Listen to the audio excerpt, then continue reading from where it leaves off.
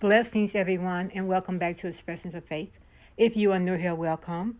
And please consider subscribing. It would bring my heart joy to have you join the Expressions of Faith family. And if this video is a blessing to you, please give it a thumbs up. Today I'm doing day one in a devotional from BTW4G entitled Grow in Grace and Knowledge. And I'm doing day one. And day one is entitled We Are All on a Journey. And I am journaling 1 Corinthians chapter 1, verses 26 through 31. And I'm going to read that in the Passion Translation, and it reads, Brothers and sisters, consider who you were when God called you to salvation. Not many of you were wise scholars by human standards, nor were many of you in positions of power. Not many of you were considered the elite when you answered God's call. But God chose those whom the world considers foolish to shame those who think they are wise. And God chose the puny and powerless to shame the high and mighty. He chose the lowly, the laughable in the world's eyes. Nobody's, so that he would shame the somebodies. For he chose what is regarded as insignificant in order to supersede what is regarded as prominent, so that there would be no place for prideful boasting in God's presence.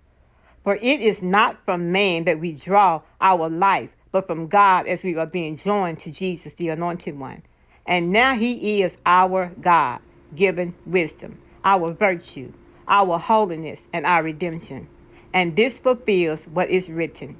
If anyone boasts, let him boast in all that the Lord has done. And that was 1 Corinthians chapter 1, verses 26 to 31. The Corinthians were looking at things from the wrong perspective. They were busy trying to identify with the right people. But Paul reminds them that notoriety was never part of God's criteria for saving and using people. He didn't go searching for impressive people to save either. The Corinthians, for example, hadn't been wise or powerful or noble. Instead, God brought his saving message of the cross of Christ to ordinary sinners. He chose insignificant and despised people like fishermen and tax collectors to do his kingdom work, so that those from the upper crust of society would be put to shame. That way, no one, no matter how esteemed in the world's eyes, gets to boast in his presence. If you have low self-esteem, come from humble beginnings, have experienced significant struggles, or are despised by the in-crowd, then you're a choice candidate to be used by God for his kingdom program. If you are a child of God through Jesus Christ, it's not because of who you are, but in spite of it. As a believer, everything you need comes from Jesus Christ. He is your sufficiency. Aligning yourself with notable people will get you rivalries, divisions, and disappointment. But aligning yourself with King Jesus and his agenda will get you righteousness, sanctification, and redemption. Therefore, let the one who boasts, boast in the Lord. Only one person deserves any credit, and all of it. Worldly wisdom gets you nothing in the end, but the so-called foolishness of God gives you access to all you need and more. Hallelujah. The devotional for day one in the BTW4G's Grow in Grace and Knowledge devotional reads, Each of us are on a journey. Our journeys are not alike. Some of us will have testimonies of growing up in church, coming to Christ at an early age, and walking with God for most of our lives, while others of us were not exposed to or may not have responded to the gospel until later in life. Some have grown immensely and produced fruit, and others may be wondering why they aren't seeing fruit in their lives.